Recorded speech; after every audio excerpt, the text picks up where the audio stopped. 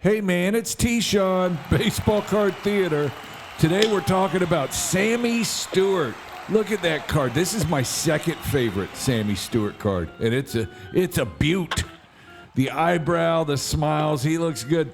Sammy is from Asheville, North Carolina, and he had a tough life before, during, and after baseball. But he always seemed to be smiling. Here he is, Boston. He's got the horseshoe mustache.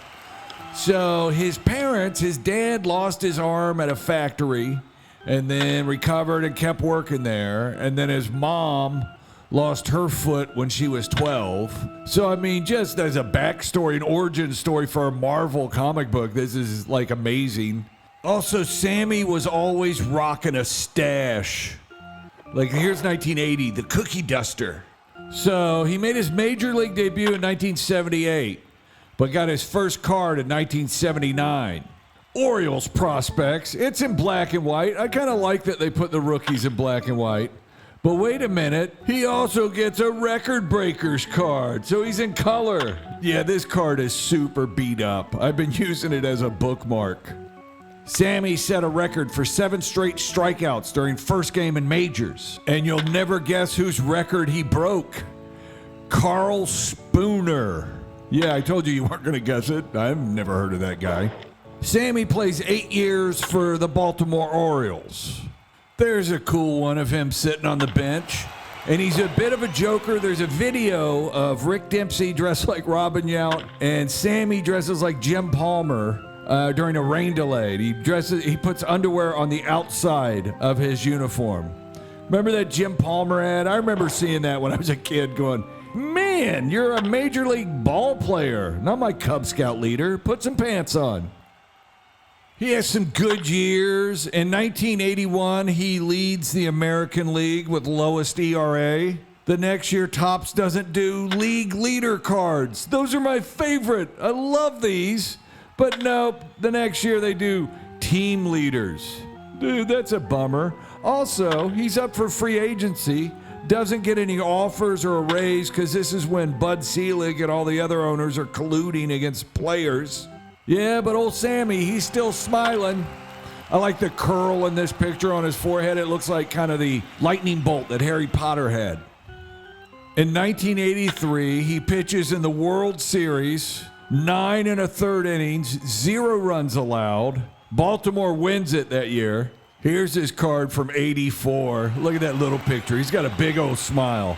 So in 86, he gets traded from Baltimore to Boston for Jackie Gutierrez. And then Baltimore tried to stop the trade because of Jackie Gutierrez's erratic behavior. He'd been kicked off 2 winter ball teams, one in Dominican Republic, the other in Venezuela, for fighting with his teammates. Here's Sammy's updated card they issued later that year. It's okay. I mean, it's not a classic Sammy. He's not smiling. Can't see his unibrow. That is a cop stash he's rocking, though. And here's O-Pee-Chee's card that year. They just changed the border, Red Sox, and then underneath his leg kick, now with Red Sox. And when he was in Boston, he missed the team bus because he was visiting his kid in the hospital.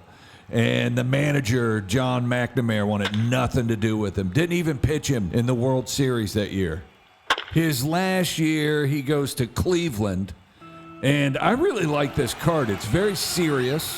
And that mustache style is the chevron, which I think we all can agree is basically a variation of the cowboy mustache.